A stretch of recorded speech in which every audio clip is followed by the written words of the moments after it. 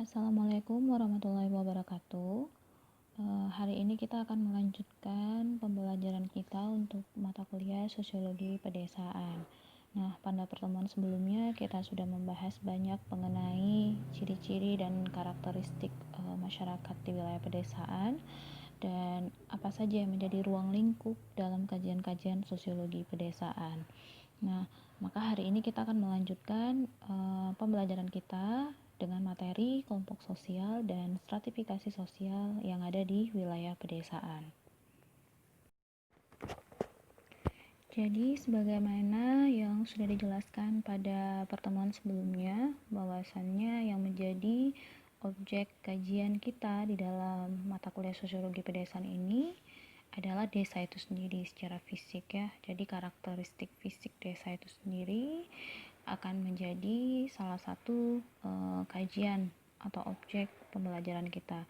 Nah, kemudian adalah masyarakat desa itu sendiri ya, yang nantinya kita akan bisa melihat bagaimana aktivitas-aktivitas sosial budaya yang berlangsung di wilayah pedesaan itu sendiri. Nah, jadi kita sudah mengetahui bahwasannya desa itu adalah suatu kesatuan hukum ya, di mana ada orang-orang yang bertempat tinggal di suatu wilayah. Mereka itu berhak menjalankan rumah tangganya sendiri, berhak melaksanakan sistem pemerintahannya sendiri. Nah, jadi desa ini kemudian adalah sebagai wujud ya, atau perwujudan dari kesatuan geografi, sosial, ekonomi, politik, dan kultur yang terdapat di suatu tempat atau suatu wilayah. Nah, jadi di dalamnya itu terdapat orang-orang yang saling mencurahkan diri ya di dalam suatu unit yang kita sebut dengan masyarakat tadi. Mereka itu melaksanakan pola-pola hubungan yang saling berpengaruh dan terdapat aspek timbal balik di dalamnya. Nah, sejalan dengan pengertian ini, tentu kita memahami bahwasannya desa itu hari ini telah mengalami perubahan sosial yang cukup besar ya. Makanya nanti itu muncul yang namanya tipe-tipe desa. Karena memang arus-arus globalisasi misalnya saja, modernisasi di desa ya, itu adalah sesuatu yang tidak bisa kita hindari hari ini. Karena proses perkembangannya sendiri pun mengikuti perkembangan ilmu pengetahuan dan teknologi itu sendiri yang berlangsung di dalam konteks kehidupan kita hari ini. Jadi untuk melihat bagaimana kondisi kelompok sosial di wilayah pedesaan, untuk melihat bagaimana kondisi struktur sosial yang ada di wilayah pedesaan, itu tidak lepas dari proses-proses pergeseran atau perubahan-perubahan sosial yang terjadi di wilayah pedesaan itu sendiri dari waktu ke waktu. Nah, di sini kita memulai pembahasan mengenai kelompok sosial di pedesaan itu dengan melihat bagaimana kondisi serta karakteristik masyarakat di wilayah pedesaan itu sendiri di masa lampau ya, atau di masa terdahulu, yang pada umumnya itu mereka itu memiliki cara-cara hidup yang masih sangat sederhana. Nah, kenapa masih sangat sederhana? Karena memang rata-rata pekerjaan-pekerjaan misalnya saja yang dilakukan mereka itu mayoritas masih berada pada sektor pertanian. Terus kemudian bersifat sederhana ini juga ditandai dengan jumlah dari anggota kelompok masyarakat desa itu sendiri yang belum banyak, belum ramai ya, atau dengan kata lain belum sepadat desa-desa yang berkembang hari ini, atau desa-desa yang terletak di wilayah-wilayah pinggiran kota misalnya saja. Nah, terus yang kemudian pada kondisi desa terdahulu itu rata-rata mata pencaharian seragam, karena memang belum ada ya yang namanya diferensiasi pada masyarakat desa terdahulu. Jadi rata-rata mereka ya, kalau misalnya mayoritas petani, maka keseluruhannya itu adalah petani gitu. Jadi kalau misalnya mereka adalah masyarakat desa yang tinggal di wilayah pesisir pantai, maka mata pencaharian seragam mereka itu adalah sebagai nelayan, seperti itu. Nah, terus kemudian aktivitas yang mereka lakukan itu juga bersifat localized activities ya, atau localized activities, di mana aktivitas mereka itu dilakukan untuk memenuhi kebutuhan subsistem. Nah, jadi di sini biasanya mereka itu biasanya menyandarkan sistem pertanian yang subsistem ini untuk keberlangsungan hidup mereka. Nah, seperti misalnya mereka menyandarkan kehidupannya pada hasil-hasil pertanian mereka ya, seperti padi, terus palawija ya, terus kemudian kalau yang berkebun tuh hasil-hasil dari kebun atau hasil-hasil dari ladangnya itu digunakan untuk memenuhi kebutuhan hidup sehari-hari. Nah, masyarakat pertanian nih di masa lampau itu dengan sistem subsistem ini itu cenderung makmur karena mereka itu ketika tiba masa panen, maka hasil panen itu juga dijadikan cadangan pangan mereka gitu sampai masuk ke masa panen yang selanjutnya. Nah, terus kemudian kita juga bisa lihat ya, atau kita ketahui dari beberapa bacaan-bacaan dan literatur, hasil-hasil panen mereka itu biasanya juga disimpan kan dalam lumbung atau gudang yang ada di belakang rumah mereka, misalnya seperti itu.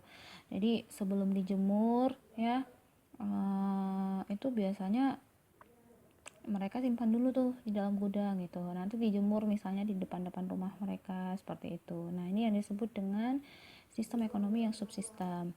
Nah, terus dalam sistem pertanian yang subsistem ini juga aktivitas dalam bertani itu banyak menggunakan tenaga manusia dan hewan seperti sapi gitu untuk mengemburkan tanah misalnya ya.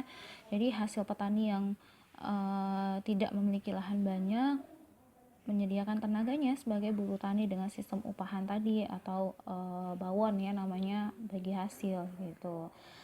Karena memang nilai-nilai sosial yang dibentuk berdasarkan kesadaran kolektif pada masyarakat petani di masa lampau itu kuat sekali ya, karena mereka itu memegang azas kekeluargaan yang cukup tinggi.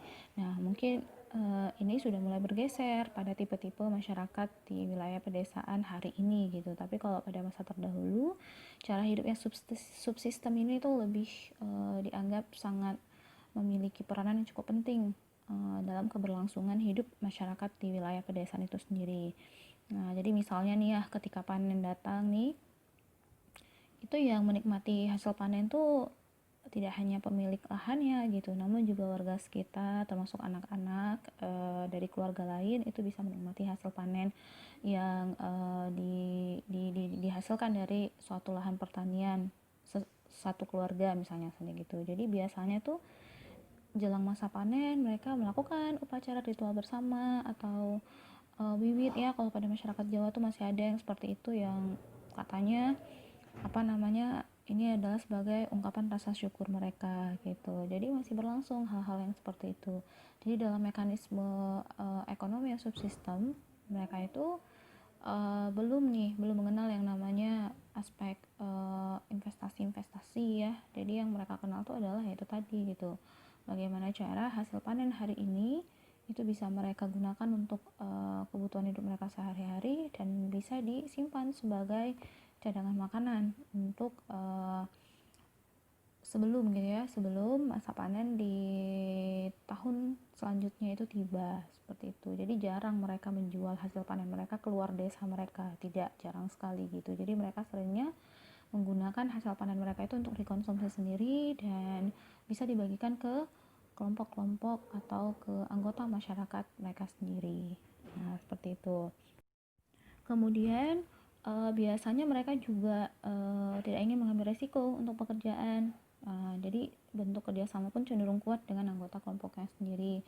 Jadi misalnya kalau ada seorang pemilik lahan butuh bantuan ya dalam menggarap lahannya misalnya tadi, maka biasanya dia akan memakai jasa atau tenaga orang-orang yang berada dalam kelompoknya sendiri gitu. Jarang mau mengambil resiko dengan mempekerjakan orang yang berada di luar desa mereka.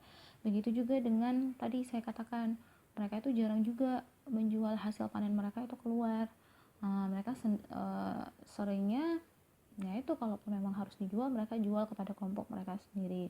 Karena itu tadi ya, dengan tipe yang masih sangat sederhana membuat mereka itu enggan mengambil resiko dalam aktivitas sosial ekonomi mereka itu, karena mereka menganggap anggota-anggota yang ada dalam kelompok desanya itu adalah hal yang lebih penting daripada harus menjual hasil panen mereka keluar. Begitulah azas kekeluargaan yang cukup tinggi pada masyarakat di wilayah pedesaan di masa yang lampau ya, di masa terdahulu.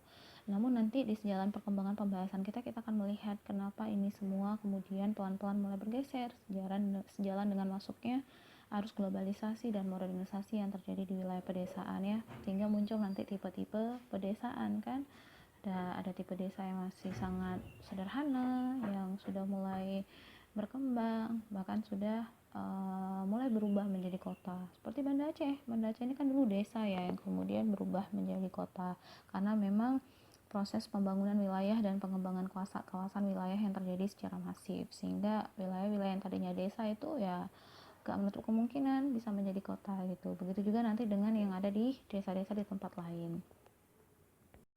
Nah, di sini saya mengutip salah satu pemikiran tokoh sosiologi ya, George Simmel. Dia mengatakan bahwa suatu masyarakat itu akan ada jika di dalamnya terdapat suatu interaksi antar individu di masyarakat dan mereka saling bekerja sama. Nah, kerjasama di sini disebut sebagai kerjasama dalam bentuk asosiatif. Jadi kerjasama dalam bentuk asosiatif ini adalah kerjasama yang mengarah kepada persatuan atau terciptanya yang namanya integrasi. Integrasi ini adalah penyesuaian ya diri ya terhadap unsur-unsur yang berbeda yang ada di dalam masyarakat. Nah, kebetulan pada masyarakat desa di masa lampau kan unsur-unsur yang berbedanya itu tidak terlalu banyak ya, karena memang rata-rata mereka itu masih homogen dari aspek pekerjaan, homogen dari aspek agama ya, homogen dari aspek adat istiadat serta budaya-budaya yang mereka lakukan pun juga masih sama gitu. Namun dalam aspek bentuk asosiatif ini kita bisa melihat bagaimana motivasi, simpati, dan empati itu berlangsung dengan cukup baik pada masyarakat di wilayah pedesaan terdahulu. Misalnya seperti motivasi ya, mereka itu cenderung menjadikan setiap anggota kelompoknya itu sebagai motivasi atas aktivitas ekonomi yang mereka lakukan. Karena tadi kayak saya bilang, jadi mereka itu kalau misalnya tiba mau masuk masa panen, itu hasil panen mereka itu tidak hanya dikonsumsi sendiri, tetapi orang-orang yang ada di sekitar mereka atau anggota dari masyarakat desa itu bisa merasakan hasil panen dari satu wilayah lahan pertanian yang dimiliki oleh satu keluarga seperti itu. Nah, jadi motivasi yang ada pada masyarakat wilayah pedesaan terdahulu ya datang dari masyarakat itu sendiri gitu, karena mereka memang betul-betul mempersiapkan hasil panen tadi itu sebagai bekal kebutuhan untuk keberlangsungan hidup mereka. Makanya kenapa sebelum memasuki masa panen yang selanjutnya mereka itu udah menyimpan bahan-bahan makanan cadangan supaya yang namanya kelaparan itu tidak terjadi seperti itu. Nah, terus kemudian mereka memiliki rasa simpati dan empati yang cukup tinggi. Nah, rasa simpati dan empati yang cukup tinggi ini didapati dari adanya ikatan primordialisme yang hidup di dalam kehidupan mereka. Ikatan primordialisme ini adalah ikatan yang mengikat orang-orang di wilayah pedesaan sehingga mereka itu memiliki yang namanya aspek kekeluargaan yang cukup tinggi. Mereka punya kesadaran kolektif atau kesadaran hidup secara berkelompok, dan kemudian mereka itu memiliki rasa senasib dan sepenanggungan gitu. Jadi kalau misalnya ada satu lahan pertanian yang gagal panen pada masyarakat desa di suatu wilayah, maka itu seluruh anggota masyarakat desanya itu akan merasakan kesedihan yang dirasakan oleh si salah satu anggota kelompoknya tadi. Inilah yang disebut dengan simpati dan empati yang mereka rasakan itu cukup tinggi. Lalu kemudian berlangsung hubungan patron klien ya, ini sebagaimana yang dijelaskan oleh James Scott, salah satu tokoh sosiologi klasik juga. Dia menjelaskan bagaimana hubungan-hubungan patron klien yang terjadi pada masyarakat di wilayah pedesaan itu sangat bersifat kekeluargaan. Nah, kalau patron klien ini kan adalah aspek timbal balik ya. Jadi patron klien yang hidup yang ada pada masyarakat di wilayah pedesaan terdahulu itu pun juga sifatnya masih sangat sederhana. Misalnya mereka itu menjalankan sistem bagi hasil tadi. Jadi kalau kan tadi saya bilang ya, mereka itu kan rata-rata kok pada masyarakat desa yang masih sangat sederhana itu mereka kan banyak menggunakan jasa tenaga hewan atau manusia dalam aktivitas pertanian mereka. Contoh saja misalnya, jadi kalau misalnya ada seorang pemilik tanah, dia punya lahan yang besar, lalu dia mempekerjakan orang lain untuk menggarap tanahnya gitu kan, misalnya untuk ditanami sawah gitu, maka nanti hasil dari lahan tadi yang ditanami sawah tadi itu dilakukan bagi hasil untuk si pemilik lahan dan si penggarap. Nah, biasanya tuh bagi hasilnya juga sifatnya 50-50 sama rata. Nah, karena memang belum ada yang namanya pembagian kerja ya pada masyarakat sederhana terdahulu. Jadi semuanya itu berlangsung dalam aspek azas kekeluargaan. Jadi enggak si pemilik tanah dapat 80 dan si penggarap 20, tidak gitu. Tetapi aspek aspek keuntungan bersama itu dijunjung tinggi, yaitu tadi dengan membagi hasil itu secara 50-50, sehingga kehidupan pada masyarakat di wilayah pedesaan itu sangat bergantung penuh pada bagaimana anggota-anggota di dalam masyarakat itu sendiri saling saling memenuhi kebutuhan hidup satu sama lain di antara sesama anggota masyarakatnya sendiri. Nah, ini adalah kondisi-kondisi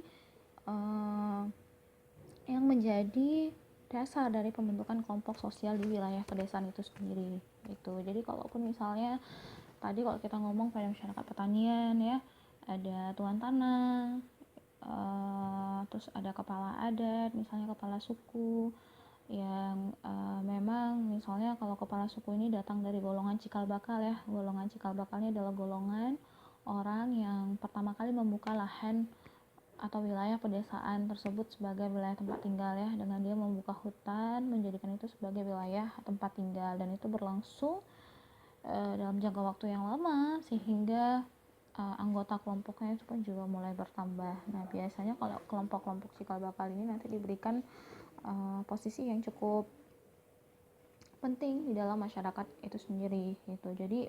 Jadi ini adalah aspek-aspek dasar yang mendasari bagaimana terbentuknya kelompok sosial di wilayah pedesaan pada masa terdahulu. Dan sebelum kita lanjut untuk melihat bagaimana fakta empiris dari kelompok sosial di wilayah pedesaan itu sendiri wujudnya seperti apa, maka perlu dipahami dulu kelompok sosial itu apa gitu ya. Nah, jadi kelompok sosial ini itu mengacu pada prinsip kehidupan manusia ya, sebagai individu yang hidup dalam konteks sosial sehingga tidak dapat melepaskan diri dari hubungan-hubungan dengan manusia lain. Jadi ini adalah akibat dari hubungan yang terjadi di antara individu dan individu ya, sebagai manusia, dan secara lahiriah kita itu hidup dalam kelompok-kelompok sosial atau social group yang dilandasi oleh adanya kesamaan-kesamaan atau kepentingan bersama. Nah, jadi kelompok ini kemudian kita artikan sebagai kumpulan dari individu ya, yang mana mereka saling berinteraksi satu sama lain, dan pada umumnya itu mereka melakukan pekerjaan untuk meningkatkan hubungan di antara individu-individu tadi maupun di antara individu dan kelompok. Nah, jadi sebuah kelompok itu adalah sesuatu yang kita dapat bedakan secara kolektif ya, atau sekumpulan orang yang memiliki kesamaan dalam aktivitas umum namun dengan arah interaksi yang berbeda-beda gitu, tergantung dari bagaimana kondisi dan karakteristik wilayah tempat di mana kelompok sosial itu ada, dan bagaimana juga aspek-aspek sosial seperti hubungan-hubungan sosial ya yang berkaitan dengan aspek sosial budaya yang berlangsung di dalam suatu wilayah tersebut. Nah, jadi biasanya ya kelompok sosial ini itu terbentuk karena adanya kumpulan orang-orang yang memiliki kesadaran bersama, kesadaran akan keanggotaan gitu, bahwasannya mereka itu adalah bagian atau anggota dari suatu kelompok sosial itu sendiri. Nah, kalau di wilayah pedesaan berarti kita mengacu kepada kesadaran kolektif orang-orang yang tinggal di wilayah desa itu sendiri, di mana mereka menyadari bahwasannya mereka adalah anggota dari kelompok desa itu sendiri, sehingga aspek hubungan serta interaksi yang mengarah kepada aspek timbal balik itu sangat dipengaruhi oleh kesadaran kolektif yang ada pada masyarakat desa itu sendiri, kesadaran bahwasannya mereka itu adalah anggota dari kelompok sosial itu sendiri. Nah, jadi kelompok ini ya diciptakan oleh anggota masyarakat itu sendiri, bukan dari anggota-anggota yang berada di luar masyarakat mereka gitu. Nah, kalau pada masyarakat wilayah pedesaan terdahulu, anggota kelompok ini awalnya diciptakan oleh golongan cikal bakal ya. Cikal bakalnya adalah orang yang pertama kali membuka hutan yang tadi sudah saya jelaskan, dan dijadikan sebagai wilayah tempat tinggal dalam kurun waktu tertentu atau dalam kurun waktu jangka panjang, sehingga jumlah dari anggota kelompoknya pun bertambah seiring dengan berjalannya waktu. Nah, jadi kelompok-kelompok sosial yang tercipta nanti itu akan dapat mempengaruhi perilaku para anggotanya gitu. Jadi karena mereka punya punya kesepakatan ya, yang namanya suatu kelompok dalam masyarakat itu terbentuk dengan adanya konsensus atau kesepakatan bersama, baik itu nanti dalam bentuk norma ataupun nilai yang mereka buat sebagai kontrol sosial, sebagai pegangan mereka. Jadi sehingga cara-cara hidup dan perilaku mereka itu akan mengacu kepada norma dan nilai tadi ya. Norma dan nilai ini adalah sesuatu yang dianggap baik dan benar, apa yang boleh dilakukan dan apa yang tidak boleh dilakukan di dalam aktivitas mereka sebagai anggota dari suatu kelompok masyarakat. Nah, di wilayah pedesaan tuh seperti itu juga.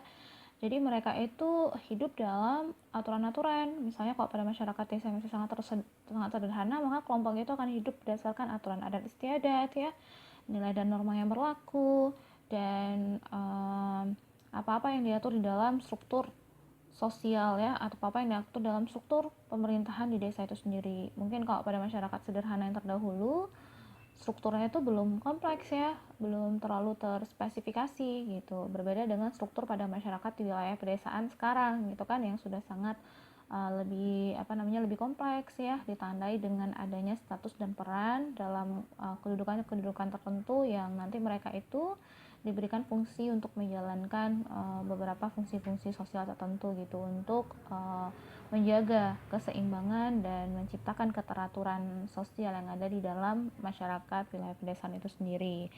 Nah, jadi kelompok sosial ini ya, itu mereka terbentuk karena ada dorongan atau motif yang sama antara individu satu dengan yang lain. Jadi motif yang sama ini adalah termasuk seperti tujuan mereka kenapa membentuk kelompok itu ya, terus visi misi mereka bagaimana, dan bagaimana konsensus yang mereka buat gitu.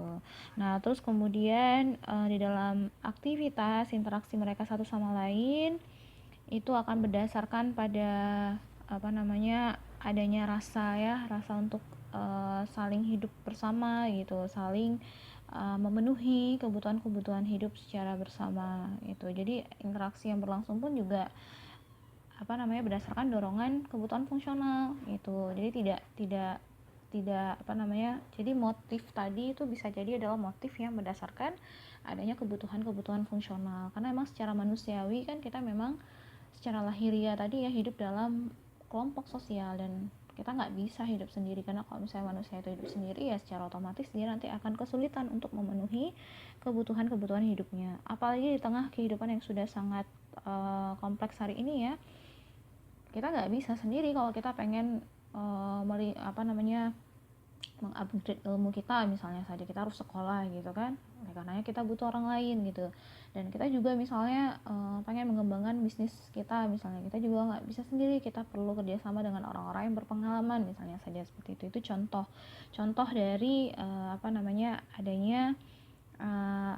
adanya kebutuhan fungsional yang membuat orang-orang itu hidup dalam kelompok-kelompok sosial tertentu. Begitu juga yang ada pada masyarakat wilayah pedesaan, mengacu tadi ya gitu, karena persoalan ekonomi sistem yang mereka jalani itu adalah ekonomi yang lahir dari adanya kepentingan dan kebutuhan bersama. Jadi makanya kenapa setiap kali tiba masa panen itu tidak hanya misalnya panen yang dilakukan oleh satu anggota keluarga itu tidak hanya menguntungkan mereka saja, tetapi juga menguntungkan kelompok-kelompok sosial mereka ya, atau orang-orang yang berada di dalam kelompok sosial mereka sendiri ya, sebagai anggota dari masyarakat desa itu sendiri. Nah, itu jadi biasanya nanti mereka juga akan membentuk nih struktur atau organisasi ya. Kalau pada desa-desa yang sudah swasembada atau yang sudah modern, struktur dan organisasinya itu udah lumayan cukup jelas kan. Nah, terus kemudian nanti mereka juga memiliki ya norma dan nilai sebagai pedoman tingkah laku mereka yang akan mengatur pola-pola interaksi di dalam kegiatan anggota kelompok mereka untuk mencapai tujuan. Misalnya tujuannya apa? Supaya tidak terjadi yang namanya konflik, misalnya seperti itu. Jadi mereka akan bertindak sesuai dengan norma yang sudah disepakati. Nah, itu yang disebut dengan kelompok sosial. Lalu kemudian bagaimana dengan kelompok sosial di wilayah pedesaan? Nah, jadi kalau pada wilayah pedesaan itu pada dasarnya kelompok sosial itu terbagi menjadi dua. Kelompok sosial yang terbentuk karena adanya struktur sosial yang statis dan struktur sosial yang dinamis. Nah, kalau pada struktur sosial yang statis itu ada pola yang vertikal, ada pola yang horizontal.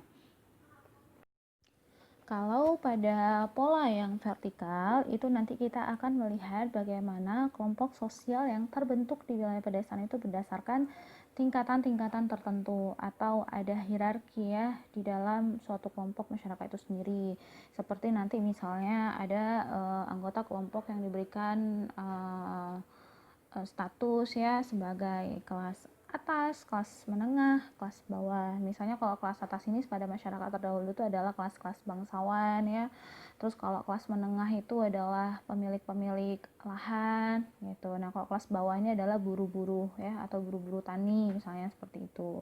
Atau kalau misalnya pada masyarakat terdahulu lainnya, misalnya orang-orang yang diberikan posisi tinggi di dalam kelompoknya itu adalah golongan cikal bakal. Itu tadi orang yang dianggap sangat berkontribusi dari adanya suatu wilayah tempat tinggal itu yang nantinya akan disebut sebagai desa, karena dia yang pertama kali membuka hutan dan menjadikan itu sebagai wilayah tempat tinggal yang seiring dengan berjalannya waktu ya jumlah anggotanya bertambah sehingga itu pada akhirnya itu disebut sebagai wilayah desa misalnya seperti itu. Jadi golongan-golongan cikal bakal yang ada pada masyarakat di wilayah pedesaan ini biasanya nanti itu akan menempati posisi paling penting di dalam kelompok sosial. Misalnya nanti dia bisa jadi ketua kelompoknya ya, bisa jadi kepala adatnya, bisa jadi kepala sukunya misalnya saja seperti itu. Nah, jadi kalau proses pembentukan kelompok secara vertikal ini ingat aja adalah proses pembentukan kelompok berdasarkan tingkatan-tingkatan atau hierarki yang ada di dalam masyarakat itu sendiri. Mungkin kalau pada masyarakat sederhana ya hierarkinya ini kan belum terlalu jelas gitu ya, maksudnya belum terlalu terspesifikasi gitu. Tapi kalau pada masyarakat di wilayah desa yang sudah modern, nanti kita bisa lihat secara vertikal atau secara hierarki ini berdasarkan apa misalnya ya, berdasarkan kepemilikan tanahnya, terus kemudian banyak juga kan anggota-anggota di dalam kelompok mereka yang sudah mulai sekolah, bahkan mereka berpengetahuan, mereka berpendidikan tinggi sehingga mereka punya kapasitas pengetahuan yang lebih banyak. Nanti dia bisa menduduki posisi-posisi tertentu di dalam kelompok sosialnya seperti itu. Lahirlah nanti kan yang namanya struktur sosial gitu ya. Ada yang berperan sebagai kepala desa, ada yang berperan sebagai sekretaris gitu dengan pengetahuan-pengetahuan dan skill yang mereka miliki.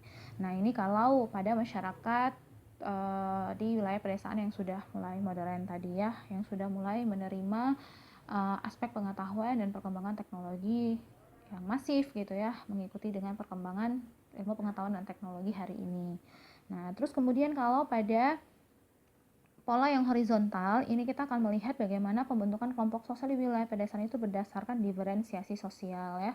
Kalau diferensiasi sosial ini tuh tidak menunjukkan adanya tingkatan-tingkatan sosial tadi atau hierarki, tetapi dia hanya melihat sebagai setiap anggota masyarakat itu dibedakan berdasarkan ciri-ciri atau karakteristik tertentu. Misalnya kalau diferensiasi sosial ini berdasarkan agama ya, terus ada istiadat, terus jenis kelamin, budaya dan lain-lain seperti itu.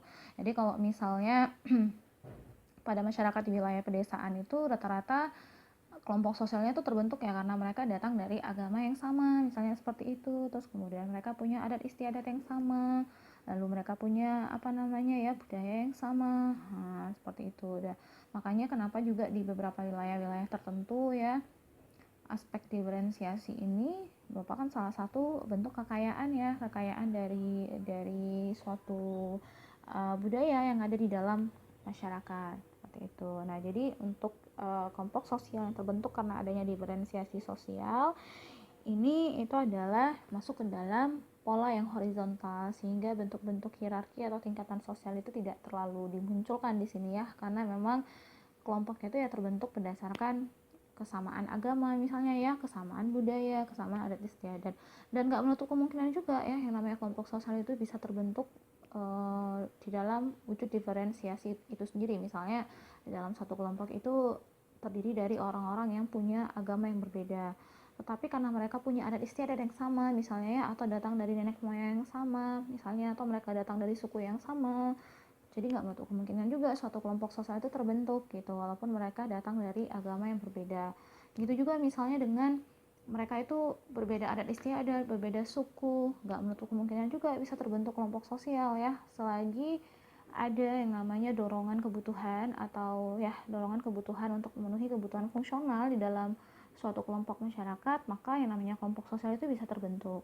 Nah, mungkin kalau di Indonesia kita punya yang namanya integrasi nasional ya. Nah, integrasi nasional ini sebagai penyesuaian unsur-unsur yang berbeda yang ada di dalam masyarakat, sehingga kita kalau ingin membentuk suatu kelompok sosial, walaupun kita berlatar belakang agama yang berbeda ya, suku yang berbeda, adat istiadat yang berbeda, itu tidak jadi masalah karena kita punya yang namanya integrasi nasional sebagai patokan kita.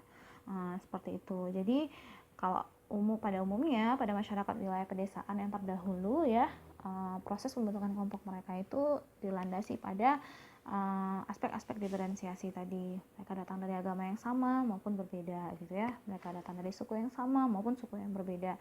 Tapi selama mereka punya dorongan kebutuhan atau fungsi dorongan kebutuhan yang sama dan mereka bisa membuat suatu konsensus atau kesepakatan yang sama, ya tidak jadi masalah. Jadi kelompok sosial itu bisa tetap terbentuk. Nah, jadi kalau pada wilayah pedesaan itu pada umumnya terjadi dalam dua tipe ini ya, secara vertikal maupun secara horizontal. Jadi aspek vertikal bisa kita lihat, aspek horizontal pun bisa kita lihat. Kalau aspek vertikal seperti yang saya jelaskan tadi ya, ada orang-orang yang diberikan hierarki atau tingkat sosial yang berdasarkan ketentuan-ketentuan tertentu ya. Misalnya nanti itu tadi ada cikal bakal sebagai ketua kelompok karena dia yang pertama kali membuka lahan pedesaan, atau kalau pada masyarakat desa yang sudah modern sekarang, orang-orang yang punya pengetahuan dan pengalaman itu akan diberikan posisi-posisi yang tertentu di dalam suatu kelompok sosial ya. Maka kenapa lahirlah yang namanya struktur sosial nanti gitu. Nah, terus kemudian yang selanjutnya itu adalah kelompok sosial di pedesaan itu pun juga terbentuk ya berdasarkan struktur sosial yang dinamis. Nah, kalau struktur sosial yang dinamis ini berarti berdasarkan pola-pola hubungan dan dinamika perkembangan serta perubahan yang terjadi di dalam masyarakat wilayah desa itu sendiri. Jadi ingat aja ya, kalau statis itu kan dia sulit berubah gitu ya, tetap ya kan. Kalaupun berubah tuh biasanya dalam jangka waktu yang lama. Tapi kalau pada struktur sosial yang dinamis itu perubahan itu terjadi cepat ya, secara revolusioner misalnya saja, karena memang yang namanya kehidupan manusia ya itu kan dinamis ya, berubah gitu. Kita mengalami yang namanya perubahan sosial, kita mengalami yang namanya perkembangan sosial sejalan dengan berkembangnya ilmu pengetahuan dan teknologi, sehingga nanti bentuk-bentuk kelompok sosial yang ada di wilayah pedesaan itu pun juga berubah. Jadi kalau misalnya kita mau rincikan secara lebih detail itu adalah kalau struktur sosial statis ini itu biasanya masih sangat kuat pada masyarakat yang sangat tradisional ya gitu, karena memang bentuk perubahan sosial yang terjadi pun juga lambat gitu, sulit untuk diubah, apalagi kalau misalnya mereka tuh masih masuk ke dalam tipe golongan masyarakat yang tertutup gitu. Tapi kalau pada struktur sosial yang dinamis itu berarti struktur sosial yang ada pada masyarakat tersebut sudah mulai terbuka, artinya ya siapa saja itu bisa menjadi kepala desa misalnya dalam kelompoknya ya, siapa saja itu bisa menjadi kepala adat misalnya ketika dia itu punya yang namanya kalau pada pemikirannya si Max Weber ya, dalam tipe-tipe birokrasinya itu dia mengatakan ada yang namanya orang-orang yang punya unsur karismatik. Nah, jadi orang-orang yang punya karismatik itu bisa saja gitu menempati posisi-posisi yang penting di dalam suatu kelompok masyarakat desa itu sendiri, atau mereka-mereka yang punya tingkat pendidikan yang tinggi gitu kan. Nah, jadi dengan pengetahuan yang dia miliki dan kapasitas yang dimiliki, dia tuh bisa menempati posisi yang baik gitu di dalam suatu kelompok sosial. Kemudian misalnya dia juga punya kapasitas atau punya kekuasaan politik ya. Lalu misalnya juga dia punya kepemilikan harta atau misalnya banyak tanah ya, dia juga punya usaha-usaha lainnya seperti itu, sehingga nanti di dalam kelompok sosialnya itu dia bisa menempati posisi-posisi yang penting di dalam kelompok sosial mereka gitu. Jadi inilah yang menjadi dasar dari terbentuknya kelompok sosial di wilayah pedesaan. Nah, kemudian setelah kita mengetahui ya bahwasannya pada umumnya kelompok sosial di wilayah pedesaan itu terbentuk berdasarkan struktur sosial yang statis dan dinamis ya, berdasarkan struktur sosial yang tetap ya atau sulit sekali berubah, dan berdasarkan struktur sosial yang dinamis tergantung dari pola-pola hubungan ya, kondisi perubahan sosial dan perkembangan sosial yang terjadi pada wilayah pedesaan itu sendiri.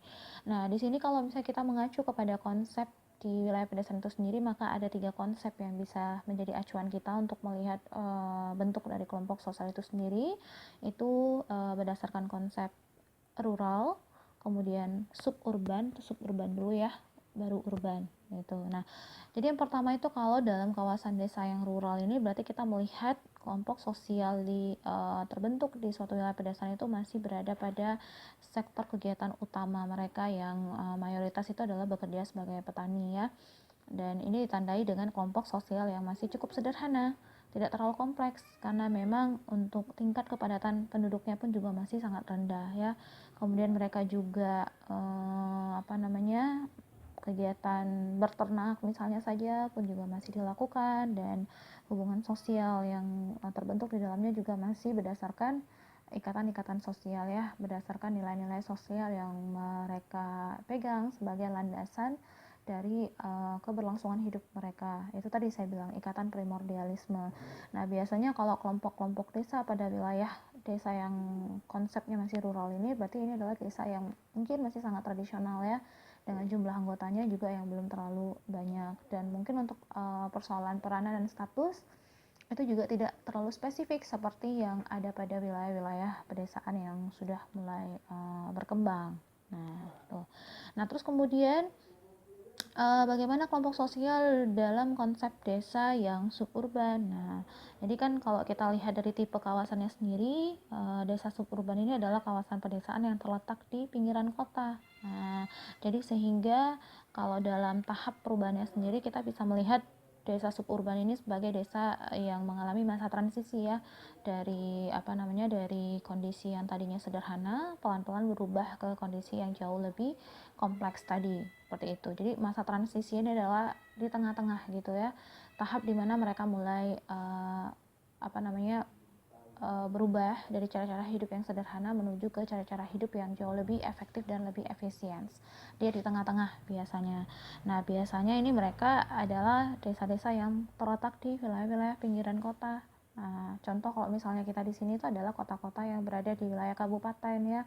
Misalnya kayak ada kota Biren, kota Loksmawe, kota Siti, kota Sigli gitu, dan lain-lain. Ini adalah masuk ke dalam kategori konsep desa yang sudah suburban gitu ya, ditandai dengan aktivitas masyarakat desanya itu yang sudah mulai mengarah kepada ekonomi yang tadinya masih sangat subsistem ya, digantikan dengan aspek yang jauh lebih spesifik, seperti misalnya hasil dari pertanian mereka itu tidak hanya dikonsumsi oleh kelompok mereka sendiri tetapi juga dijual ke kelompok lain, seperti itu. Nah, gitu juga dengan kelompok-kelompok lain gitu ya, mereka bisa menjual hasil panen mereka atau hasil dari kegiatan ekonomi mereka, baik itu di bidang pertanian maupun di bidang perkebunan, ke wilayah desa yang tadi gitu. Tapi kalau di desa yang masih sangat rural itu biasanya memang mereka cara-cara hidupnya masih sangat sederhana.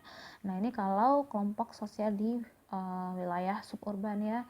Jadi mereka itu adalah kelompok yang sudah mulai terbuka, mulai membuka diri seperti itu. Dan untuk ciri-ciri dari anggota kelompok mereka itu pun juga sudah mulai muncul ya, peranan-peranan tertentu gitu. Jadi udah mulai muncul yang namanya organisasi-organisasi masyarakat yang ada dalam kelompok mereka, tetapi belum terspesifikasi secara utuh gitu ya. Mungkin hanya baru 1 atau 2-3 kelompok yang terbentuk gitu di dalamnya gitu ya. Kelompoknya kelompok masyarakat mereka sendiri, tetapi misalnya mungkin seperti muncul organisasi-organisasi di dalam kelompok mereka gitu. Nah, mungkin di konsep desanya suburban itu sudah mulai terbentuk ya, seperti itu. Nah, yang selanjutnya itu adalah konsep desa yang urban. Nah, kalau konsep desa yang urban ini adalah konsep desa yang memang sudah masuk ke dalam kategori desa yang swasembada ya. Bahkan memang kawasan pedesaan yang urban ini adalah kawasan desa yang memang dipersiapkan untuk dia berubah menjadi kota atau ibu kota. Contoh ya seperti kota Banda Aceh ini. Dulu kota Banda Aceh ini tuh adalah kawasan desa, tapi kemudian karena mengalami perubahan kawasan ya, ada perluasan wilayah juga, dan dari beberapa sektor ya, baik itu sektor ekonomi ya, dan bentuk-bentuk infrastruktur yang dibangun pun juga mengarah kepada konsep kota. Jadi akhirnya wilayah ini tuh secara lambat laun pelan-pelan berubah menjadi wilayah kota. Nah, biasanya pada konsep desa yang urban ini adalah konsep desa yang memang dia itu nanti berada di kawasan pusat kota ya, dan karena memang nanti dia juga akan dipersiapkan menjadi kota-kota baru gitu. Nah, makanya kenapa dalam konsep kawasan desa yang urban ini nanti ya anggota kelompoknya itu juga sudah sangat terspesifikasi ya. Mereka itu punya yang namanya sistem pembagian kerja. Mereka juga bekerja tidak hanya di sektor-sektor primer ya, artinya mereka tidak hanya bekerja sebagai petani, tetapi sudah ada yang jadi guru, kerja di wilayah perkantoran dan lain-lain. Nah, jadi kelompok sosial pada masyarakat desa yang urban ini sudah jauh lebih utuh ya, karena memang mereka itu terpeta-petakan ke dalam beberapa bentuk-bentuk pembagian kerja. Terus mereka juga berstatus sebagai orang-orang yang bekerja di lingkungan profesi gitu ya, guru tadi ya, saya bilang tadi ada yang jadi polisi, ada yang jadi perawat, bidan, dan lain-lain. Nah, ini kalau misalnya kita melihat kelompok sosial di pedesaan dalam konsep urban seperti itu. Atau misalnya kalau dalam bahasa Inggris kita bisa menyebutkan ya, kalau yang rural itu masuk ke dalam kategori village, kalau yang suburban itu adalah town ya, kota kecil yang ada di wilayah kabupaten, dan city ini adalah sebagai urban atau bentuk perluasan dari kawasan wilayah pedesaan itu sendiri, yang memang proses perkembangannya itu dipersiapkan untuk menjadi kota-kota baru atau kota besar yang baru. Seperti Kalimantan ya, Kalimantan Timur hari ini yang sedang dipersiapkan untuk menjadi ibu kota baru dari Indonesia ya. Nah, sekarang kan kita kan tahu ya wacana itu kemarin, walaupun kita nggak tahu apakah itu nanti benar akan berubah menjadi ibu kota atau tidak. Nah, selanjutnya kita akan melihat bagaimana bentuk kelompok sosial di pedesaan itu berdasarkan tipologi desa. Jadi kalau berdasarkan tipologi desa ini, maka nanti kita bisa melihat beberapa aspek dominan seperti mata pencaharian dan pola interaksi sosial yang terjalin pada masyarakat di wilayah pedesaan. Dari mata pencaharian pokok ya, nanti dapat kita tentukan bagaimana tipe desa tersebut beserta karakteristik dasarnya. Nah, jadi di sini ada beberapa tipologi desa yang saya himpun berdasarkan undang-undang yang ada di Indonesia ya. Dalam Undang-Undang Negara Republik Indonesia itu nomor 22 tahun 1948, bahwa desa itu adalah bentuk daerah otonom ya yang terendah sesudah kota. Jadi sebagaimana pada tahun 1969 kan itu Menteri Dalam Negeri kita merumuskan beberapa pembagian bentuk desa di Indonesia. Nah, jadi konsep ini kemudian menjadi konsep tipologi desa yang sudah diberlakukan dalam konteks sistem pemerintahan di Indonesia, dan kita bisa ini menjadikan ini sebagai acuan-acuan dari kebijakan-kebijakan pembangunan desa yang dilakukan oleh negara, misalnya seperti itu. Jadi undang-undang yang dibuat ini tuh menciptakan tipologi desa ya yang cukup lama. Jadi tipologi ini nanti akan dimulai dari bentuk pola yang paling sederhana sampai bentuk pemukiman yang paling kompleks. Tetapi dia masih bisa tetap dikategorikan sebagai pemukiman dalam bentuk desa. Namun cara-cara hidup mereka, karakteristik sosial budayanya yang sudah mulai berubah sejalan dengan perkembangan ilmu pengetahuan dan teknologi itu sendiri. Nah, jadi bentuk yang paling sederhana ya disebut sebagai pemukiman yang sementara, misalnya hanya sebagai tempat persinggahan dalam satu perjalanan, misalnya saja yang dilakukan oleh orang-orang tertentu di masa lampau. Mereka berpindah-pindah seperti itu. Nah, jadi di sini saya sudah buat beberapa bentuk tipologi desa yang mana nanti berdasarkan tipologi desa ini kita bisa lihat bagaimana karakteristik kelompok sosial masyarakat di wilayah pedesaan itu sendiri. Nah, yang pertama itu adalah tipologi desa yang pradesa ya. Jadi konsep pradesa ini salah satu konsep tipologi desa yang paling sederhana ya, dan mungkin dia itu hanya berupa pemukiman sementara. Kenapa? Karena misalnya saja ya, pemukiman ini hanya dijadikan sebagai tempat persinggahan dalam satu perjalanan menurut kebiasaan orang-orang terdahulu gitu. Kalau kita lihat kan mereka itu hidup berpindah-pindah dari satu hutan ke hutan yang lain gitu kan. Mereka membuka wilayah tempat tinggal mereka, namun ketika wilayah tersebut sudah tidak produktif dijadikan tempat tinggal, maka mereka akan berpindah ke wilayah-wilayah yang lainnya. Nah, ini adalah salah satu contoh karakteristik kelompok sosial di wilayah dengan konsep desa pradesa. Jadi mereka itu tinggal dalam dalam kurun waktu yang sangat singkat, tergantung dari kondisi wilayah yang mereka jadikan sebagai tempat tinggal gitu. Dan untuk jumlah anggota kelompoknya pun juga sangat sedikit ya, karena memang konsepnya tidak menetap tadi, berpindah-pindah seperti itu. Nah, untuk pola pemukimannya juga mereka ciri-cirinya itu hampir tidak ada orang atau keluarga yang tinggal menetap permanen di sana gitu, tidak ada ya, karena memang rata-rata mereka itu kalau suatu wilayah yang mereka tinggal itu sudah tidak produktif lagi, maka mereka akan pindah, dan ketika mereka berpindah itu belum tentu mereka akan berpindah dengan kelompok yang sama gitu kan. Barangkali mereka akan terpecah-pecah dan mungkin nanti akan bergabung dengan kelompok yang lainnya gitu ketika mereka memilih satu lokasi wilayah yang sama. Nah, terus kemudian semua penghuninya juga itu biasanya akan berpindah lagi pada saat masa panen selesai atau lahan sebagai sumber penghidupan utama itu tidak lagi memberikan hasil yang memadai. Itu tadi saya bilang tidak produktif. Jadi kalau misalnya tanah ini tadinya subur ya, terus kemudian sudah tandus, misalnya sudah tidak bisa ditanami lagi tumbuh-tumbuhan sebagai salah satu cara mereka untuk bertahan hidup, maka mereka akan pindah lagi ke lahan yang sekiranya dianggap jauh lebih subur daripada lahan sebelumnya. Nah, terus kemudian kalau dari konsep yang pradesa ini yang mereka tinggal tidak menetap, maka ya tidak memungkinkan juga kan desanya itu bisa tumbuh dan berkembang ke berbagai tata kehidupan ya, misalnya mulai muncul organisasi-organisasi sosial di dalam kelompoknya atau lembaga sosial penunjang, itu nggak mungkin berkembang karena memang mereka hidup dalam kondisi yang tidak menetap tadi gitu. Jadi kalau seperti lembaga pendidikan, ekonomi, hukum adat kan, dan hubungan sosialnya juga itu pun juga tidak bisa terbentuk ya, tidak sangat tidak memungkinkan terbentuk karena memang mereka sifatnya nomaden tadi, tidak menetap ya, berpindah-pindah. Nah, ini kalau bentuk kelompok sosial di wilayah pedesaan yang konsep yang tipologinya itu masih sangat sederhana atau kita sebut dengan pradesa. Nah, untuk tipologi yang kedua itu adalah desa swadaya. Nah, kalau di desa swadaya ini adalah kelompok sosial di mana orang-orang yang hidup atau tinggal di dalamnya ya, itu mereka mengacu kepada cara-cara kehidupan yang sangat tradisional dan mungkin akan sangat terikat dengan adat istiadat atau kepercayaan-kepercayaan teologis, kepercayaan teologis yang mereka miliki gitu. Nah, kan seperti yang kita tahu ya, kalau seperti pendapatnya Augusto Comte itu yang mengatakan 3 tahap perkembangan akal budi manusia. Yang pertama itu adalah teologis gitu kan, dimana mereka masih mempercayai kekuatan-kekuatan gaib, kekuatan-kekuatan yang bersifat invisible hand ya, tidak bisa dijangkau oleh akal pemikiran mereka gitu.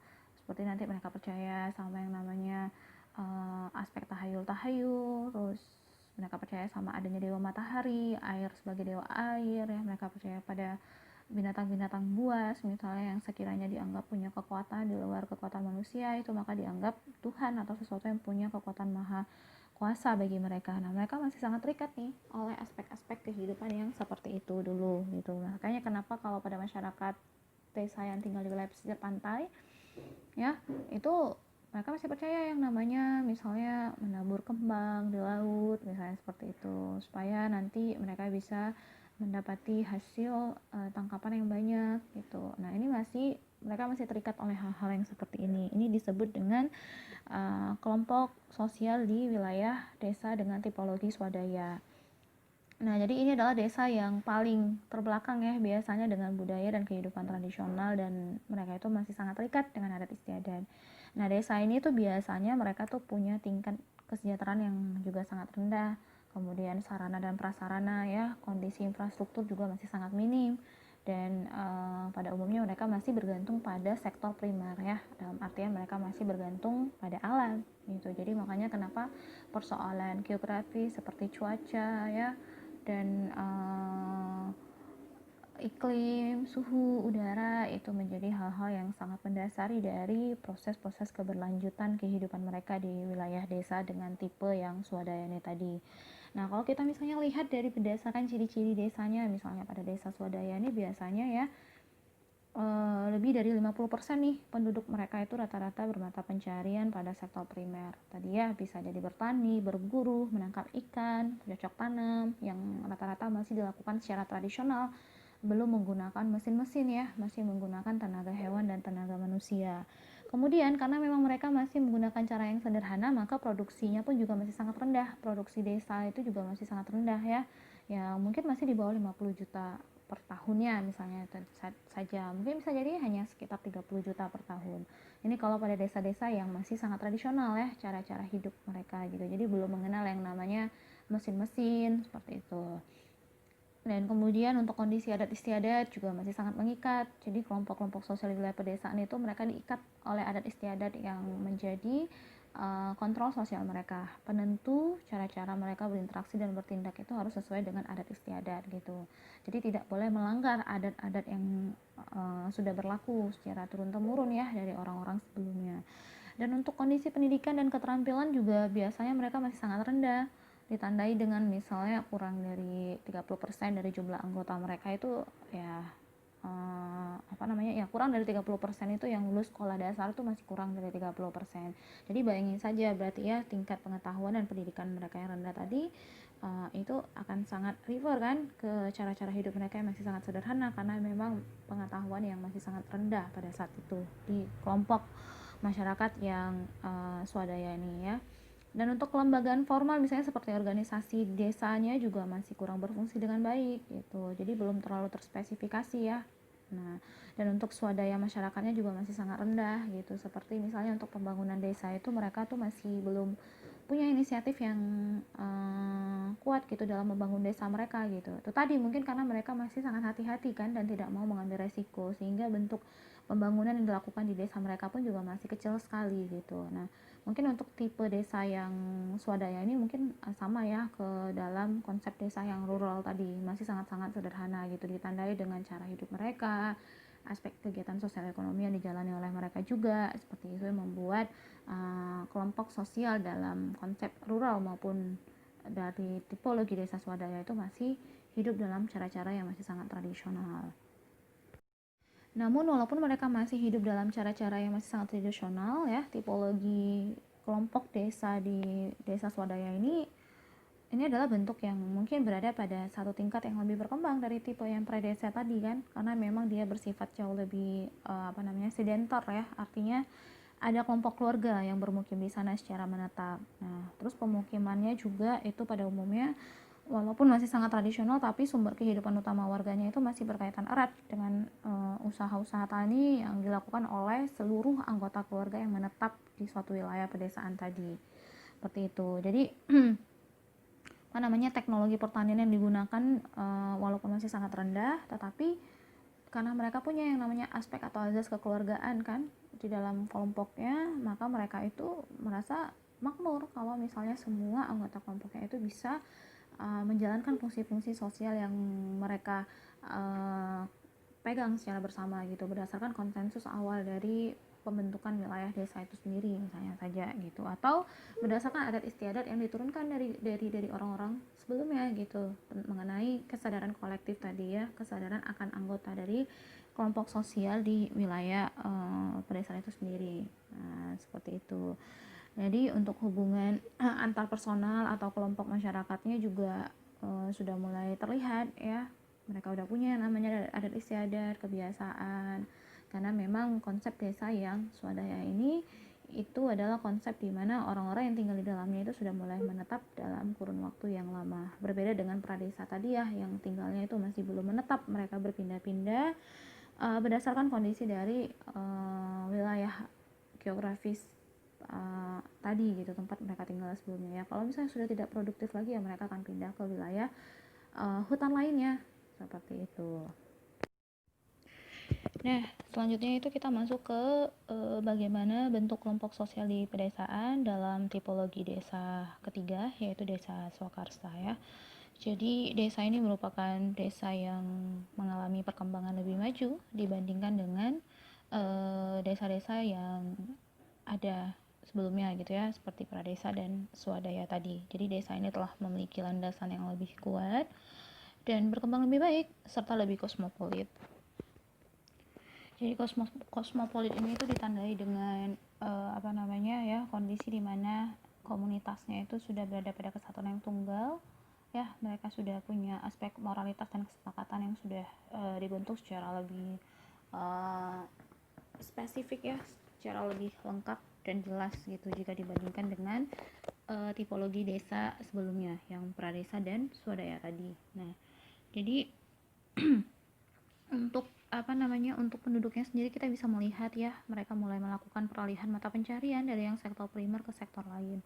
Misalnya secara umum ya, kalau untuk desa Swakarsa ini kita bisa melihat untuk dari sistem mata pencariannya sendiri, mereka adalah penduduk yang sudah mulai bergeser dari sektor primer ke industri, dimana misalnya desa ini tuh sudah mulai menerapkan teknologi pada usaha taninya.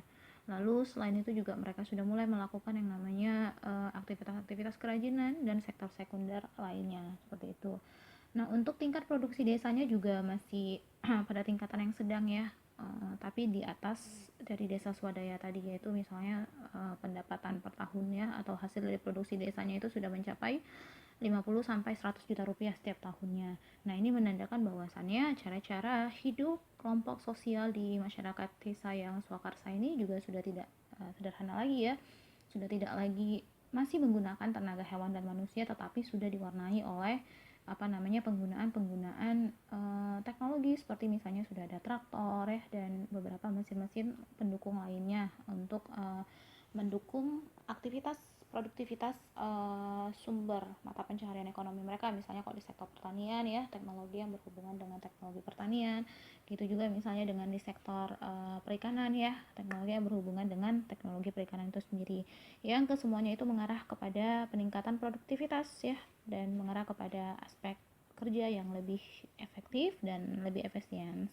Nah, terus kemudian untuk kelembagaan formal juga pada kelompok desa Swakarsa ini juga sudah mulai berkembang ya. Misalnya sudah mulai hidup beberapa lembaga-lembaga sosial ya, atau organisasi sosial, seperti mulai ada yang namanya Karang Taruna, kelompok PKK ya, terus misalnya terus struktur kelembagaan desanya juga sudah mulai berfungsi dengan baik, ditandai dengan adanya orang-orang atau individu-individu yang diberikan status dan peranan untuk menjalankan fungsi-fungsi sosial tertentu yang memang sangat diharapkan oleh anggota kelompok masyarakat itu sendiri.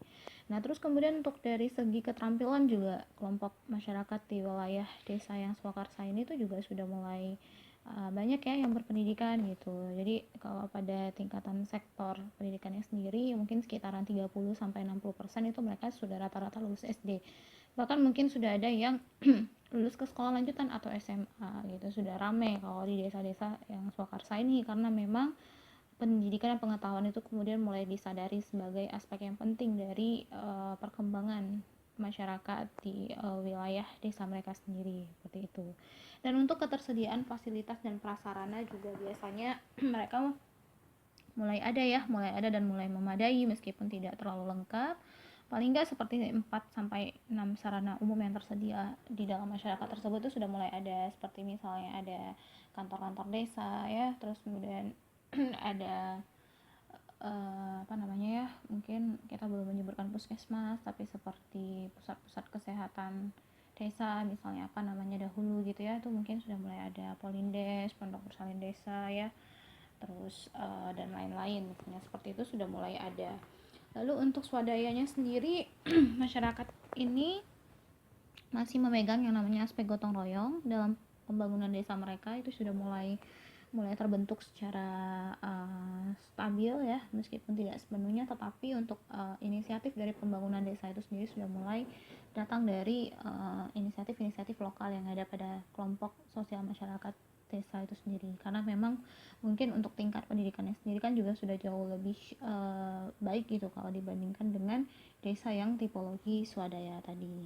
Nah, jadi kalau desa Swakarsa ini bisa kita anggap ya sebagai desa yang jauh lebih berkembang dibandingkan dengan desa swadaya, karena memang seperti adat yang merupakan tatanan hidup bermasyarakat itu juga sudah mulai mengalami perubahan sesuai dengan perubahan yang terjadi dalam aspek kehidupan sosial budaya lainnya. Misalnya seperti mereka sudah mulai mengadopsikan teknologi tertentu tadi yang saya bilang, seperti teknologi pertanian ya, yang mereka gunakan sebagai salah satu sumber perubahan yang terjadi, seperti misalnya percepatan produktivitas gitu. Nah, terus kemudian untuk adat juga mungkin tidak lagi terlalu mempengaruhi pola kehidupan anggota masyarakat karena mereka sudah jauh lebih profesional, sudah jauh lebih rasional ya, karena memang itu tadi tingkat pengetahuan yang sudah jauh lebih tinggi sehingga mereka itu jauh lebih terbuka gitu, jauh lebih membuka diri gitu. Jadi mereka tuh sudah mulai menyadari bahwasannya perkembangan di wilayah desa mereka itu ya mereka harus terbuka gitu, mereka harus menerima gitu aspek-aspek baru gitu di dalam kelompok mereka kalau mereka mau berkembang ke tahapan yang jauh lebih baik misalnya seperti itu. Namun mungkin dalam kondisi ini tetap ya yang namanya adat-adat lokal atau inisiatif lokal yang ada itu juga tidak serta-merta langsung dihilangkan, itu ikut serta dalam beragam aktivitas sosial pada masyarakat, pada kelompok masyarakat desa Swakarsa ini, namun mungkin sudah tidak terlalu mempengaruhi pola kehidupan tadi gitu, karena pada akhirnya di kelompok sosial masyarakat desa yang Swakarsa ini mereka sudah mulai berpikir secara rasional ya, sudah jauh lebih berpikir ke arah perubahan dan perkembangan tadi gitu. Seperti itu. Nah kemudian yang terakhir, kalau kita melihat kelompok sosial di pedesaan itu juga kita bisa lihat dengan menggunakan tipologi desa yang swasembada. Nah ini adalah desa yang memiliki kemandirian yang jauh lebih tinggi dalam segala bidang yang berkaitan dengan aspek sosial maupun ekonomi. Jadi di desa swasembada ini itu mulai berkembang dan maju ya, petaninya pun yang yang tadinya terikat sama adat istiadat sudah mulai tidak terikat lagi dengan adat istiadat atau pola-pola tradisional. Dan ini bisa kita lihat dari prasarana dan sarana yang juga jauh lebih lengkap ya. Dan dengan demikian perekonomian pun juga akan lebih mengarah kepada industri barang dan jasa gitu. Jadi sektor primer dan sekunder itu jauh lebih berkembang. Jadi kalau tadi sektor primer pertanian itu masih mengarah kepada pemenuhan kebutuhan hidup subsistem ya, itu mulai digantikan kepada pemenuhan aspek industri barang dan jasa. Jadi yang namanya aspek jual beli ya, aspek keuntungan itu sudah jauh lebih dipertimbangkan dibandingkan dengan nilai-nilai sosial tadi gitu, dimana mereka bertani untuk memenuhi kebutuhan hidup mereka bersama gitu, sudah tidak seperti itu lagi ya, karena yang namanya bentuk pelaksanaan sistem ekonomi yang jauh lebih berbasis profesional itu sudah mulai berkembang di sini ya, karena sudah ada yang namanya industri tadi. Nah seperti itu, karena mereka kan sudah mengenal ya yang namanya teknologi kan, jadi yang namanya prinsip ekonomi yang mereka lakukan pun juga sudah mengarah kepada prinsip industri ya, baik itu barang maupun jasa. Nah biasanya pada kelompok desa di kelompok sosial ya, pada masyarakat desa swasembada ini juga sebagian besar mata pencahariannya penduduknya itu berada dalam sektor jasa dan perdagangan. Nah misalnya atau lebih dari 60% orang-orangnya itu bekerja pada sektor yang tersier ya, dalam arti misalnya mereka itu bertani tetap misalnya saja seperti itu, karena mungkin mereka menganggap bahwasannya bertani ini adalah sebagai salah satu mekanisme mata pencarian yang sifatnya embedded gitu. Tetapi di sisi lain karena perkembangan yang sudah terjadi gitu ya, dan adopsi teknologi yang dilakukan secara masif, orang-orangnya juga sudah banyak yang berpendidikan tinggi, bahkan sudah lulus dari bangku-bangku perguruan tinggi, maka untuk jenis pekerjaannya pun juga sudah mengarah kepada sektor-sektor tersier tadi ya, atau pekerjaan-pekerjaan yang sudah mengarah kepada profesi-profesi tertentu berdasarkan skill-skill tertentu yang dimiliki. Misalnya seperti sudah mulai banyak yang bekerja di kantoran, sudah ada yang bekerja di rumah sakit, di apalagi misalnya di sekolah gitu ya, dan di puskesmas dan lain-lain seperti itu. Nah untuk produksi desanya juga kita bisa melihat ya, itu penghasilan usahanya juga rata-rata udah di atas 100 juta rupiah per tahun, karena itu tadi mereka sudah menggunakan teknologi ya dalam aspek aspek kalau tadi masih bekerja pada sektor pertanian, berarti pertanian itu sudah dilakukan secara lebih modern. Kalau tadi misalnya mereka sudah banyak yang bekerja di di dalam sektor tersier, berarti sudah banyak yang bekerja di wilayah perkantoran dengan upah gaji yang dibayarkan sesuai dengan skill mereka dan posisi mereka ya di dalam suatu organisasi formal tadi, seperti itu. Nah kemudian untuk adat istiadat udah jelas ya, kalau di desa Swakarsa tadi tidak terlalu mempengaruhi lagi, tetapi di desa yang swasembada adat istiadat ini malah memang sudah tidak mengikat lagi sama sekali, meskipun sebagian masih ada yang menggunakannya, tetapi memang cenderung sudah mulai diabaikan. Biasanya seperti itu. Dan untuk kelembagaan formal dan informalnya juga sudah berjalan sesuai fungsinya. Sudah ada lebih dari 9 atau lembaga organisasi yang ada di dalam kelompok sosial masyarakat tersebut. Misalnya nanti ada, kalau di pada masyarakat Aceh ya, misalnya ada Imam Mukim, ada Tuhapet, ada Tuhalapan, ada Kepala Desa, ada Keci, dan lain-lain ya. Ini menandakan bahwasannya kelembagaan yang ada pada kelompok sosial masyarakat desa swasembada itu sudah jauh lebih kompleks ya kalau dibandingkan dengan tipologi desa sebelumnya yang 3 di atas tadi. Dan untuk jenis keterampilan masyarakat serta pendidikannya juga sudah mulai meningkat tentunya. Mungkin pada tingkatan 70% atau 60% itu mereka telah lulus SD ya, dan bahkan mungkin juga udah ada beberapa yang telah lulus perguruan tinggi. Nah itu tadi yang saya bilang, makanya karena sudah banyak yang lulus perguruan tinggi, maka sektor pekerjaan mereka juga sudah mulai mengarah ya kepada sektor-sektor sekunder dan tersier tadi. Dan untuk fasilitas dan prasarana juga sudah mulai lengkap ya, dan penduduknya juga sudah mulai memiliki inisiatif mandiri melalui swadaya dan gotong royong dalam pembangunan desa seperti itu. Nah mungkin kalau desa-desa swasembada ini banyak kita temui ya di wilayah-wilayah kabupaten di Aceh tuh ya, tuh banyak sekali kita temui desa-desa yang sudah sangat swasembada. Bahkan cara-cara hidupnya pun juga sudah sama seperti orang-orang di wilayah perkotaan. Seperti itu. Jadi nanti kalian bisa melihat bagaimana kelompok-kelompok sosial di wilayah pedesaan dengan tipologi-tipologi ini. Nah, kalau kalian misalnya ada yang tinggal di wilayah pedesaan yang menurut kalian berdasarkan penjelasan saya tadi, oh saya tinggal di desa yang sudah masuk ke dalam tipologi swakarsa gitu. Bagaimana ciri-cirinya, bagaimana kemudian aktivitas sosial, ekonomi maupun sosial budaya yang berlangsung di dalamnya. Oh, saya ini tinggal di desa yang sudah sangat swasembada, bisa kalian lihat juga kan ditandai dengan sudah mulai banyaknya anak-anak yang bersekolah tinggi kan, mereka datang ke kota, mereka bersekolah tinggi gitu, mereka punya pengetahuan, sehingga sektor pekerjaannya pun juga sudah sangat variatif gitu, tidak hanya lagi pada sektor-sektor pertanian. Nah seperti itu biasanya kalau kelompok sosial pada tipe yang swasembada ini ya, ini adalah desa dimana mulai kehilangan ya identitas asli yang tadi tuh di pembahasan awal-awal kita bahas tadi, yang sederhana menjadi kompleks gitu kan. Pekerjaan yang tadinya masih pada sektor sekunder mulai mengarah kepada sektor yang tersier. Aktivitas pertanian yang tadinya masih mengarah kepada ekonomi subsistem mulai mengarah kepada ekonomi industri barang dan jasa. Nah, ini adalah segala hal yang bentuknya itu sudah mulai hampir sama sebagaimana orang-orang di kota ya. Dan tidak menutup kemungkinan orang-orang di desa swasembada ini juga pada akhirnya akan memiliki pikiran-pikiran atau cara berpikir yang individualis. Jadi kesadaran kolektif tadi yang saya jelaskan pada desa yang masih sangat sederhana itu mulai luntur ya, digantikan oleh kepentingan-kepentingan pribadi gitu. Karena memang masuknya gejala industrialisasi di wilayah pedesaan itu akan pasti mengubah pola-pola pikir dan cara-cara kehidupan masyarakat atau orang-orang di suatu wilayah pedesaan ya, seperti itu.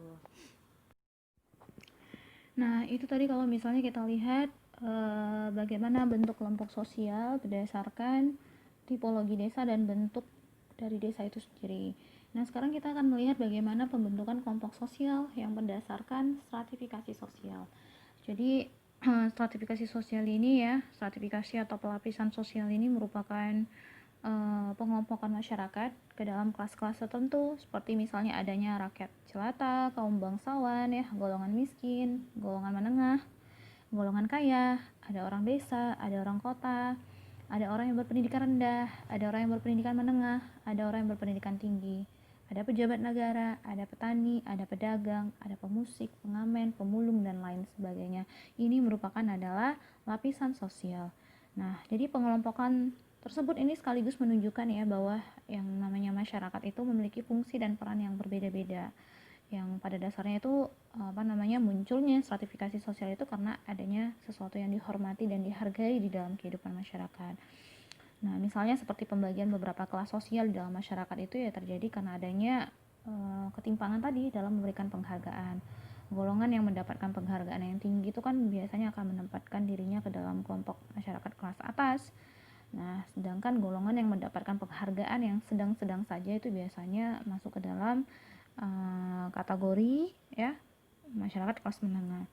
Dan selanjutnya, golongan yang mendapatkan penghargaan yang rendah itu biasanya akan menempatkan dirinya ke dalam kelompok masyarakat kelas bawah. Nah, gitu juga dengan kalau kita melihat pembentukan kelompok sosial berdasarkan stratifikasi sosial di wilayah pedesaan. Di sini saya mengutip pernyataan social stratification berdasarkan pemikirannya Pitirim Sorokin, ya, salah satu tokoh sosiologi juga. Dia mengatakan bahwasannya stratifikasi sosial itu adalah pembedaan penduduk atau masyarakat ke dalam kelas-kelas secara bertingkat atau dengan sistem berlapis-lapis di dalam masyarakat. Nah, kalau dari gambar sebelahnya ini bisa kita lihat, ya, ada orang-orang yang menduduki posisi kelas bawah, itu kita sebut golongan petani atau buruh. Terus kemudian pada lapisan selanjutnya itu ada golongan tukang, misalnya seperti itu, ya, tukang dan pedagang. Terus kemudian di lapisan atasnya lagi ada pengacara, terus kemudian ada golongan pengusaha juga, dan ada penguasa tinggi juga, ada golongan bangsawan, dan ada raja atau penguasa. Dari sini kita bisa melihat, ya, betapa maksudnya semakin tinggi tingkatan sosial tadi itu, maka dia kan akan semakin mengkerucut, ya, nih bentuk segitiganya. Ini ditandai dengan orang-orang yang bisa mendapatkan penghargaan yang tinggi tadi itu hanya beberapa orang saja, tidak semuanya. Sementara untuk golongan paling bawah ini seperti petani buruh, ya, ini adalah golongan yang paling banyak, ya. Dia ini masuk ke dalam golongan kelas menengah ke bawah, kelas bawah gitu, ya. Nah, ini ditandai dengan nanti di dalam kelompok sosial bentuk perlakuan atau penghargaan atau bentuk penghormatan yang dilakukan oleh masyarakat di dalam suatu kelompok sosial itu pun juga akan berbeda-beda gitu, karena memang bentuk aspek penghargaan dan penghormatan itu didasarkan pada posisi atau kedudukannya di dalam tingkatan lapisan sosial masyarakat itu sendiri.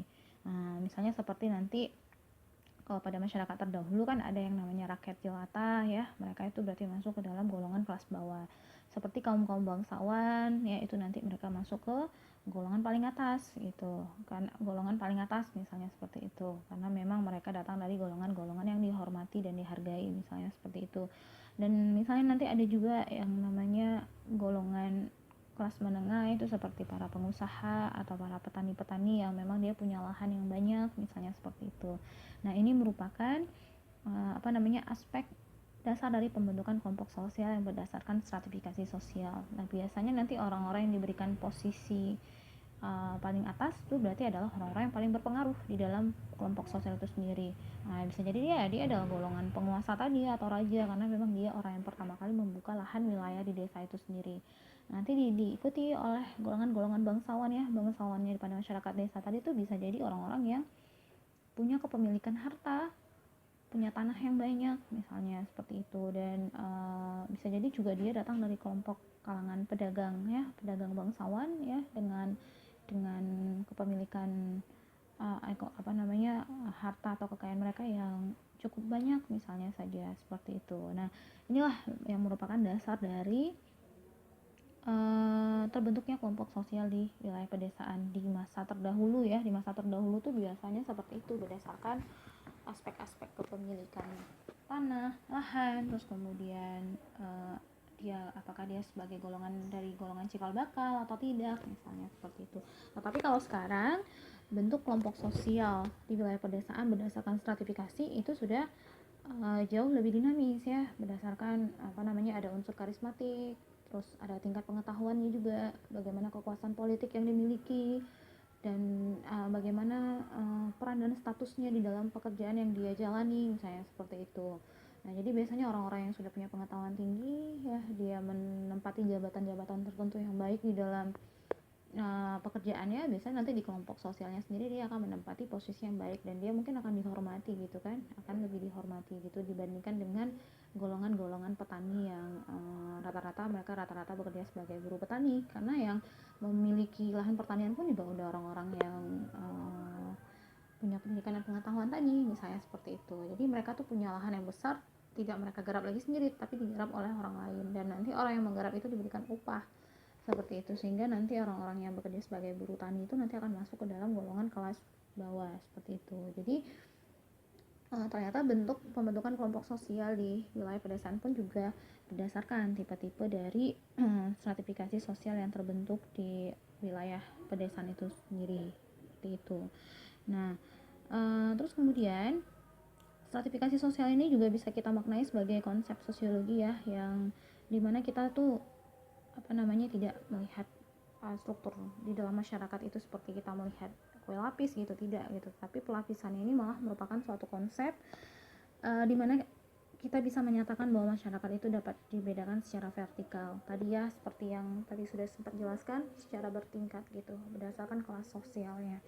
Dan ini semua nanti akan menjadi dasar dari bagaimana karakteristik kelompok sosial yang terbentuk di wilayah pedesaan itu sendiri.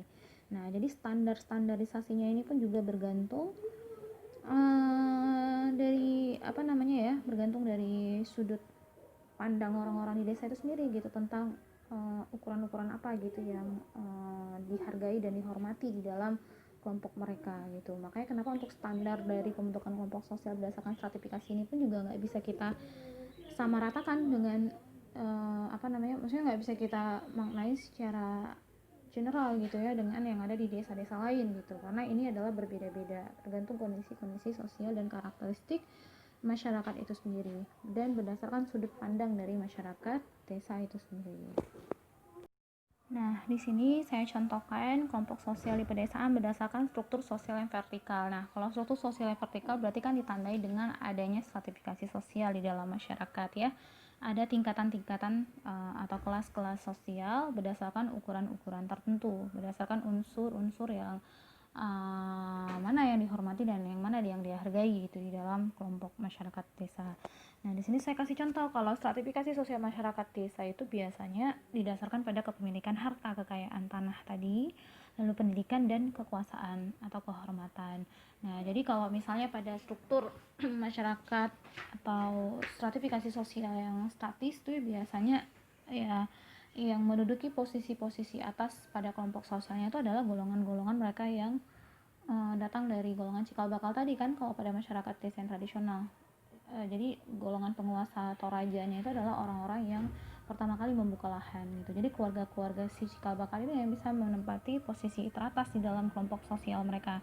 Namun kalau pada stratifikasi sosial masyarakat desa yang sekarang, mulai dari desa-desa yang swakarsa hingga swasembada tadi ya, kita bisa melihat bahwasannya stratifikasi ini muncul didasarkan pada kepemilikan harta mereka gitu. Siapa yang paling banyak harta maka dia akan jauh lebih dihormati dan dihargai di dalam kelompoknya. Dan gitu juga dengan mereka yang punya pendidikan yang tinggi ya, maka mereka akan jauh lebih dihargai dan dihormati. Begitu juga dengan aspek kekuasaan politik ya, karena mereka punya aspek kekuasaan politik, dia punya bargaining position ya, atau posisi yang mempengaruhi aspek atau tatanan kehidupan sosial pada masyarakat desa itu sendiri, maka dia nanti akan diberikan kehormatan juga oleh kelompoknya sendiri gitu di dalam suatu wilayah pedesaan.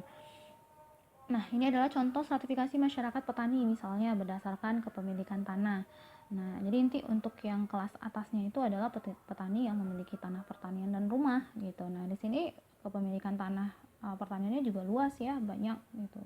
Nah, untuk golongan keduanya ini biasanya nanti adalah petani yang misalnya tidak memiliki tanah pertanian, namun mereka itu punya perkarangan rumah gitu yang luas misalnya saja, dan perkarangan itu bisa digunakan untuk sebagai lahan ladang mereka melakukan misalnya berkebun sayur gitu dan lain-lain.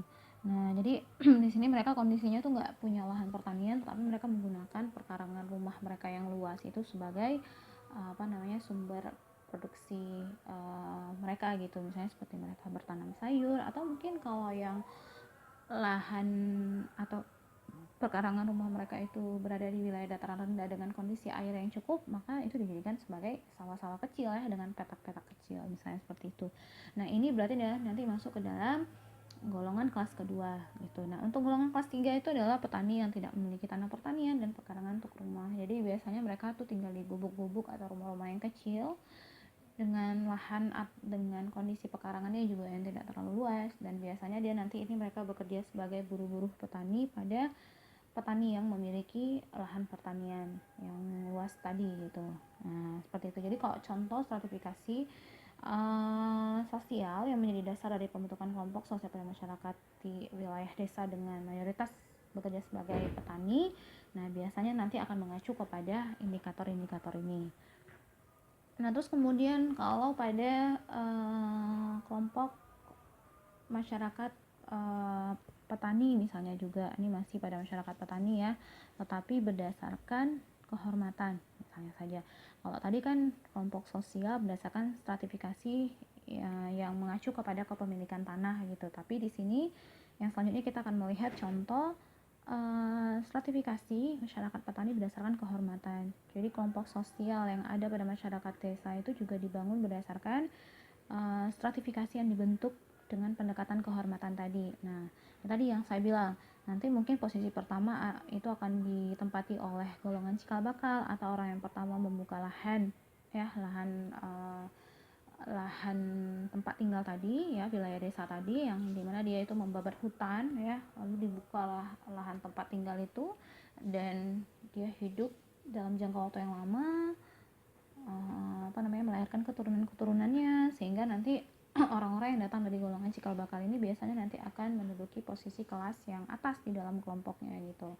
Nah, terus kemudian yang untuk golongan kelas 2 itu adalah para pemilik tanah atau orang kaya ya, yang dia itu bukan keturunan cikal bakal tetapi dia dihormati karena misalnya dia punya keuletan di dalam aktivitas pertanian yang dilakukan ya. Misalnya kalau pada masyarakat nelayan itu seperti misalnya golongan-golongan nelayan senior itu yang dia itu punya kemampuan bernelayan atau menangkap ikan itu sudah sangat lama, sehingga produktivitas yang dihasilkan dari kerjanya pun juga cukup baik misalnya seperti itu. Nah, jadi dia nanti juga akan masuk ke dalam golongan-golongan yang dihormati atau golongan kelas 2 gitu ya. Kalau pada masyarakat yang tadi itu masih terkategori kepada masyarakat yang stratifikasinya itu golongan petani. Tadi saya kasih contoh golongan nelayan misalnya ya. Terus yang ketiga misalnya masih pada contoh stratifikasi masyarakat petani berdasarkan kehormatan, nanti kita bisa melihat ada petani-petani dengan tanah yang sedikit, di mana mereka itu cukup untuk konsumsi sendiri atau subsistem tadi gitu. Nah, jadi untuk memenuhi kebutuhannya mereka harus bekerja dengan sektor lain ya, seperti berdagang atau melakukan aktivitas di bidang jasa seperti itu. Nah, mungkin kalau pada kelompok sosial dengan stratifikasi sosial yang masih sangat sederhana ya, misalnya seperti pada masyarakat yang masih sangat swadaya atau desa yang masih sangat rural ya, yang tadi sebelumnya, mungkin ya bentuk stratifikasinya belum terbentuk sangat kompleks gitu ya, hanya masih sangat sederhana saja gitu, karena memang untuk aktivitas ekonomi yang mereka lakukan pun juga masih sangat subsistem kan, seperti itu. Nah, jadi biasanya contoh-contoh stratifikasi ini tuh muncul pada masyarakat-masyarakat desa yang sudah mulai swakarsa ya, atau swasembada gitu. Jadi ukuran-ukuran kehormatan di dalam kelompok mereka itu ya didasarkan pada itu tadi, misalnya dia datang dari golongan bangsawan kah, golongan penguasa kah gitu ya, atau raja tadi sebagai golongan cikal bakal kah gitu. Terus apakah pengetahuan dan pendidikannya juga tinggi gitu kan, dia punya kekuasaan politik tidak, dan lain-lain seperti itu. Kalau sekarang desa-desa sekarang itu stratifikasinya sudah jauh lebih mengarah kepada stratifikasi yang sifatnya dinamis tadi ya, jadi tidak statis lagi seperti itu. Nah, kemudian ini bagaimana stratifikasi sosial yang ada pada masyarakat desa ya yang tinggal di wilayah pesisir atau masyarakat nelayan. Jadi proses terbentuknya kelompok sosial pun juga berdasarkan misalnya penggunaan alat produksi di sini. Misalnya pada strata pertama itu di dalam kelompok sosialnya, golongan yang paling atas itu adalah mereka yang memiliki kapal motor lengkap dengan alat lengkapnya. Nah, di sini biasanya ya mereka dikenal dengan nelayan besar atau nelayan tengkulak ya, nelayan modern yang mereka mungkin punya kapal tuh juga kapasitasnya udah besar, misalnya seperti 60 broston ya, paling besar dan lain-lain misalnya seperti itu. Dan untuk strata kedua itu adalah mereka yang memiliki perahu dengan motor tempel. Nah, ini biasanya perahu-perahu atau kapal-kapal kecil ya, yang untuk proses penangkapan ikannya juga tidak berada pada zona yang jauh gitu, mungkin masih pada zona 1 atau zona 2 gitu. Nah, jadi pada strata ini tuh biasanya pemilik kapal itu ikut melaut, memimpin kegiatan penangkapan. Nah, buruh yang ikut tuh juga mungkin ada, tapi mungkin nggak terlalu ramai, sangat terbatas, dan seringkali mereka merupakan anggota keluarga saja. Nah, ini biasanya mereka nanti akan masuk ke golongan kelas 2 di dalam kelompok sosial masyarakat itu ya. Lalu kemudian untuk strata terakhir itu adalah buruh nelayan. Ini adalah mereka yang masuk ke dalam kategori nelayan kecil, yang mereka itu bisa merangkap menjadi buruh ya, dan mereka pun banyak juga bekerja pada kapal-kapal si tengkulak atau nelayan besar tadi maupun nelayan yang dalam tipe yang kedua tadi seperti itu. Dan mereka juga banyak yang tidak memiliki sarana produksi apa-apa gitu selain tenaga mereka itu sendiri. Nah, ini biasanya disebut ke dalam kategori ABK ya, anak buah kapal atau buruh di kapal itu. Nah, jadi untuk proses pembentukan kelompok sosial, orang-orang yang dihormati dan diberi diberi hak istimewa tuh biasanya ya golongan-golongan kelas atas gitu, karena mereka masuk ke dalam kategori orang-orang yang dihormati di dalam kelompoknya seperti itu, karena kepemilikannya tadi kan berdasarkan alat produksi. Nah, ini adalah dua contoh dari kelompok sosial yang ada di wilayah pedesaan berdasarkan tipe wilayahnya ya. Tadi ada di wilayah dataran rendah misalnya saja dengan notabene rata-rata bekerja sebagai petani, dan ada di wilayah pesisir pantai yang rata-rata bekerja sebagai masyarakat nelayan. Jadi yang namanya stratifikasi sosial yang ada di dalam masyarakat itu sendiri menjadi dasar dari bagaimana karakteristik kelompok sosial yang ada di wilayah pedesaan itu sendiri. Seperti itu. Jadi ini adalah penjelasan mengenai kelompok sosial ya di wilayah pedesaan. Tadi kita sudah banyak menjelaskan berdasarkan struktur sosialnya, vertikal, horizontal, dan pola hubungannya, dan ada juga berdasarkan konsep desanya sendiri ya, rural, urban, suburban tadi, terus kemudian berdasarkan 4 tipologi desa, dan ada beberapa contoh-contoh stratifikasi sosial yang sudah saya sampaikan tadi ya, yang menjadi dasar pembentukan atau karakteristik dari kelompok sosial di wilayah pedesaan itu sendiri. Nah, jadi untuk materi kelompok sosial dan stratifikasi sosial di wilayah pedesaan itu sudah kita bahas, maka akan kita lanjutkan minggu depan dengan materi yang lainnya. Terima kasih.